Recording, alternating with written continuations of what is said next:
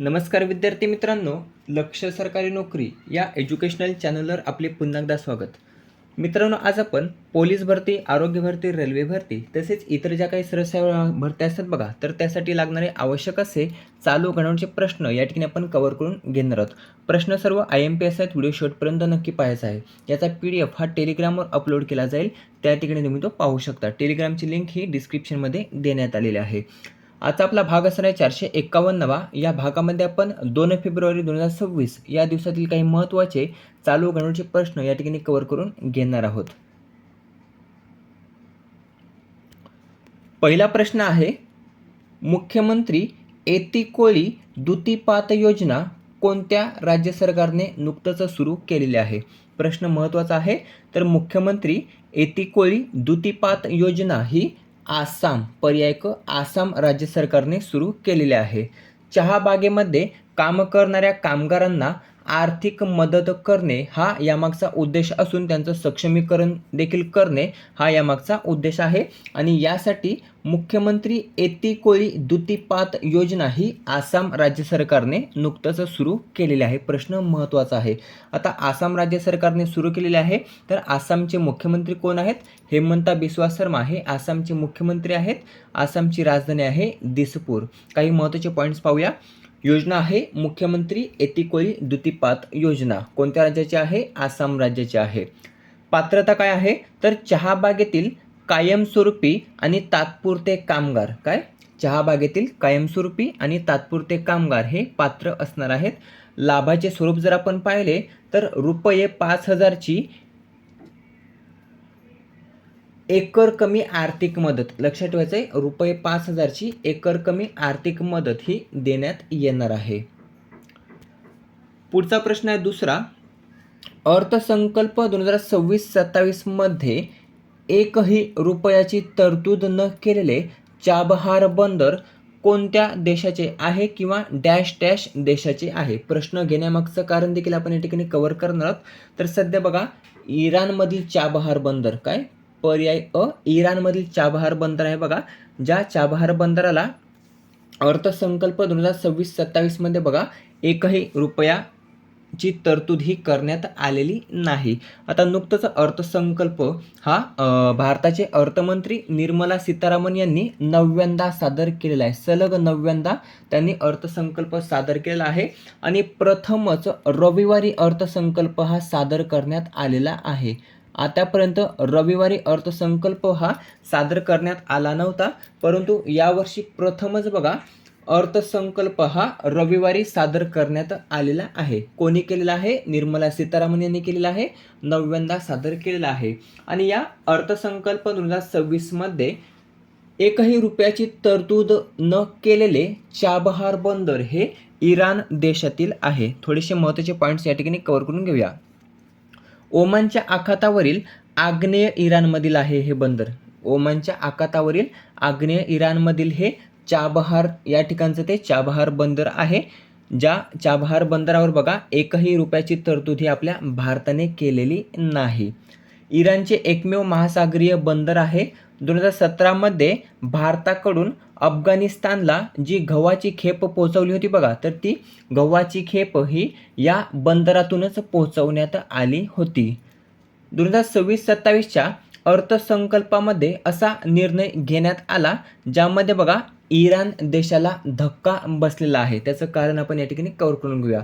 भारतासाठी सामरिकदृष्ट्या अत्यंत महत्त्वाचे हे चाबहार बंदर मानले जाते.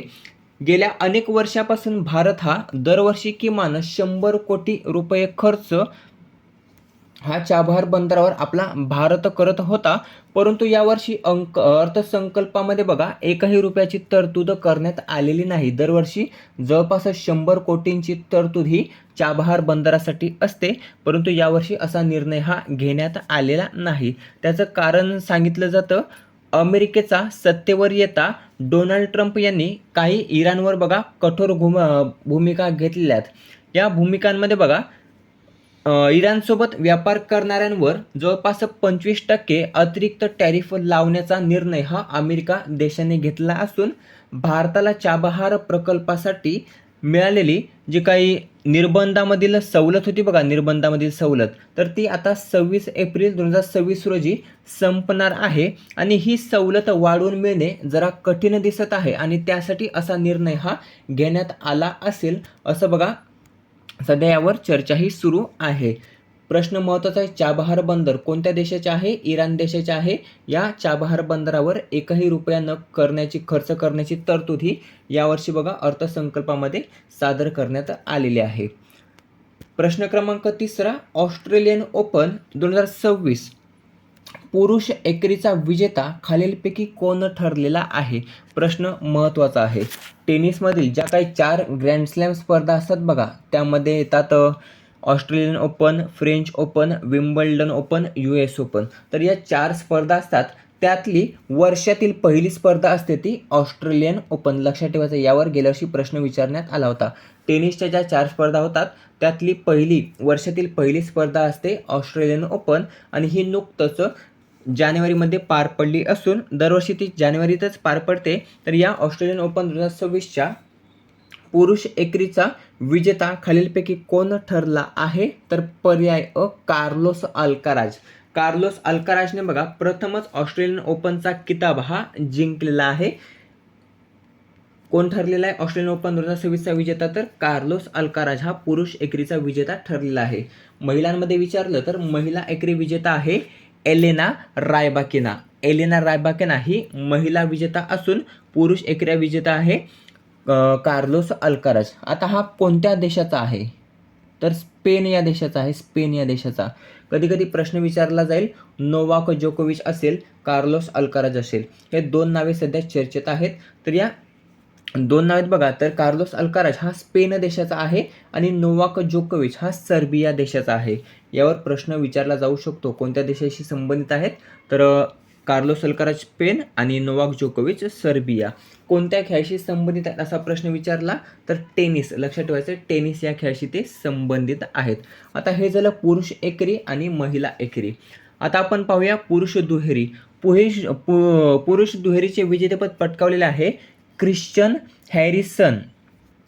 हॅरिसन व नील स्कुप्स्की.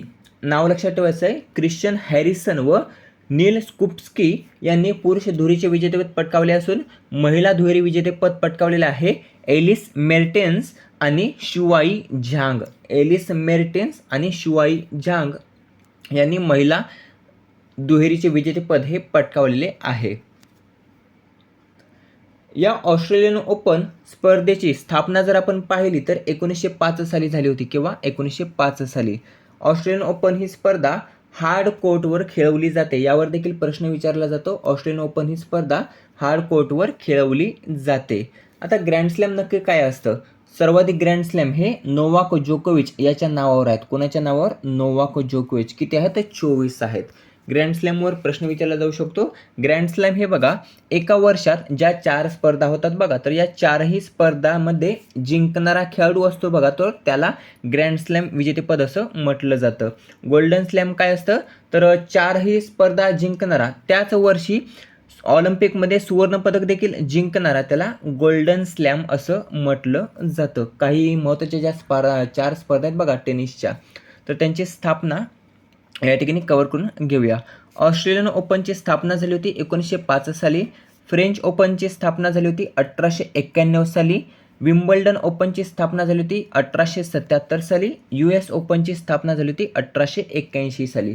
जर विचारलं सर्वात जुनी टेनिस स्पर्धा कोणती, तर त्याचं उत्तर असणार आहे विम्बल्डन, जिची सुरुवात 1877 साली झाली होती. हे झालं ऑस्ट्रेलियन ओपन 2026. गेल्या वर्षीचा प्रश्न तुमच्यासाठी, ऑस्ट्रेलियन ओपन 2025चा विजेता कोण आहे याचं उत्तर आपल्याला कमेंट करून सांगायचं आहे. प्रश्न क्रमांक 4, सध्या चर्चेत असणारे लिव्हिंग रूट ब्रिज खालीलपैकी कोणत्या राज्यामध्ये आहे? प्रश्न महत्त्वाचा आहे. त्याचं कारण तर हे जे काही लिव्हिंग रूट ब्रिज आहे बघा, तर या लिव्हिंग रूट ब्रिजला भारताने 2026-27च्या जागतिक वारसा यादीमध्ये बघा मूल्यांकनासाठी नामांकित केलेले आहे आणि त्यासाठी हे लिव्हिंग रूट ब्रिज सध्या चर्चेत आलेले आहे. काय तर भारताने 2026-27च्या जागतिक वारसा यादीमध्ये मूल्यांकनासाठी नामांकित केलेले आहे या लिव्हिंग रूट ब्रिजला आणि त्यासाठी हे सध्या चर्चेत आलेले आहे.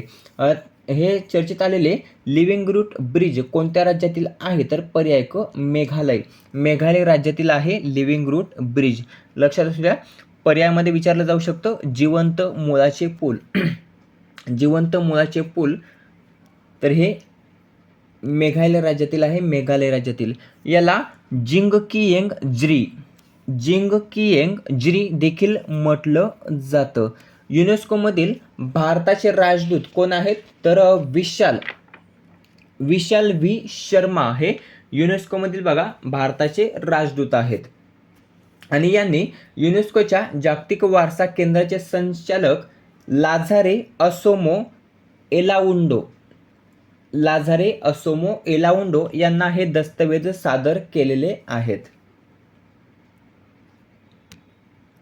हे जे काही लिव्हिंग रूट ब्रिज आहे बघा जे मेघालय राज्यामध्ये आहे तर ते हे पूल फिकस इलास्टिका नावाच्या रबर झाडांच्या पासून हे बनवलेले आहेत. कशा तर फिकस इलास्टिका नावाच्या रबर झाडांच्या जिवंत मुलांना जोडून हे बनवलेले आहे.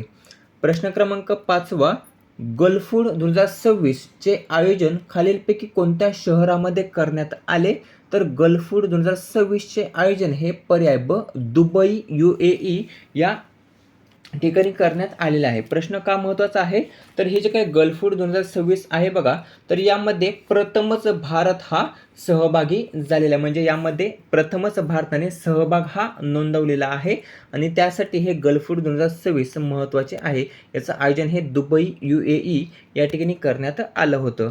प्रश्न क्रमांक 6 तिसरी आंतरदेशीय जलमार्ग विकास परिषद 2026 ची बैठक कोणत्या ठिकाणी पार पडली तर कोची केरळ या ठिकाणी तिसरी आंतरदेशीय जलमार्ग विकास परिषद 2026 ची बैठक ही पार पडलेली आहे. प्रश्न क्रमांक 7 जानेवारी 2026 मध्ये PM Svanidhi credit card PM Narendra मोदींनी कोठे लॉन्च केले आहे तर पर्याय ड तिरुवनंतपुरम केरळ या ठिकाणी पंतप्रधान नरेंद्र मोदींनी PM स्वनिधी क्रेडिट कार्ड हे लॉन्च केलेले आहे.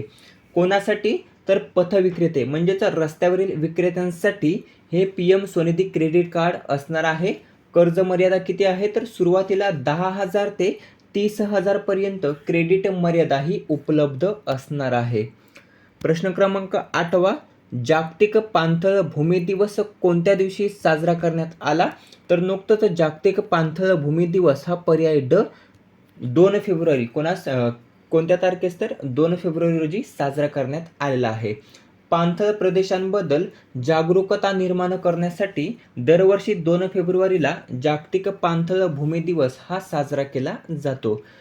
आता यामागचं कारण काय 2 फेब्रुवारीलाच का साजरा केला जातो तर 2 फेब्रुवारी 1971 मध्ये रामसर करार अधिवेशनावर बघा स्वाक्षरी झाली आणि त्यासाठी जो काही करार दिवस होता बघा 2 फेब्रुवारी तर हा 2 फेब्रुवारीचा दिवस हा जागतिक पाणथळ भूमी दिवस म्हणून निवडण्यात आलेला आहे. यावर्षी ती थीम काय आहे 2026 ची तर वेटलँड्स आणि पारंपरिक ज्ञान ही यावर्षीची थीम आहे. मित्रांनो हे झाले माहितीसोबत करंट अफेअर्स. आता घेऊया रिव्हिजन. प्रश्न क्रमांक 1 मुख्यमंत्री एतिकोली दुतिपात योजना कोणत्या राज्य सरकारने सुरू केली तर आसाम राज्य सरकारने सुरू केली आहे. दुसरा प्रश्न आहे अर्थसंकल्प 2026-27 मध्ये एकही रुपयाची तरतूद न केलेले चाबहार बंदर हे कोणत्या देशाचे आहे तर ते आहे इराण देशाचे. या चाबहार बंदरासाठी अर्थसंकल्प 2026 मध्ये एकही रुपयाची तरतूद ही करण्यात आलेली नाही. प्रश्न क्रमांक 3 ऑस्ट्रेलियन ओपन 2026 पुरुष एकेरीचा विजेता खालीलपैकी कोण ठरला तर कार्लोस अल्काराज ठरलेला आहे ऑस्ट्रेलियन ओपन 2026 चा पुरुष एकेरीचा विजेता. चौथा प्रश्न आहे सध्या चर्चेत असणारे लिव्हिंग रूट ब्रिज खालीलपैकी कोणत्या राज्यामध्ये आहे तर मेघालय राज्यामध्ये आहे लिव्हिंग रूट ब्रिज जे सध्या चर्चेत आहे. पाचवा प्रश्न आहे, गल्फ फूड 2026 याचं आयोजन कोणत्या शहरात करण्यात आलं? तर दुबई, UAE या ठिकाणी गल्फ फूडचे आयोजन करण्यात आलेले आहे, ज्यामध्ये भारताने प्रथमच सहभाग हा नोंदवलेला आहे.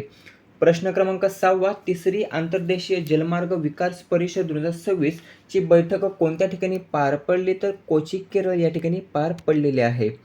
पुढचा प्रश्न आहे, जानेवारी 2026 मध्ये PM स्वनिधी क्रेडिट कार्ड पंतप्रधान नरेंद्र मोदींनी कोठे लॉन्च केले? तर तिरुवनंतपुरम या ठिकाणी लॉन्च केलेले आहे पंतप्रधान नरेंद्र मोदींनी PM स्वनिधी क्रेडिट कार्ड. आठवा आणि शेवटचा प्रश्न आहे, जागतिक पाणथळ भूमी दिवस कोणत्या दिवशी साजरा करण्यात आला? तर 2 फेब्रुवारीला जागतिक पाणथळ भूमी दिवस हा साजरा करण्यात आलेला आहे. मित्रांनो, अशा प्रकारे महत्त्वाचे 8 चालू घडामोडीचे प्रश्न या ठिकाणी आपण कव्हर केलेले आहेत, जे येणाऱ्या भरतीसाठी उपयुक्त असणार आहेत. व्हिडिओ कसा वाटला कमेंट करून नक्की सांगायचं आहे. व्हिडिओ आवडला असेल तर मित्रांसोबत शेअर करायचा आहे. याचा PDF हा टेलिग्रामवर अपलोड केला जाईल, त्या ठिकाणी तुम्ही तो पाहू शकता. भेटूया पुढील भागामध्ये. धन्यवाद.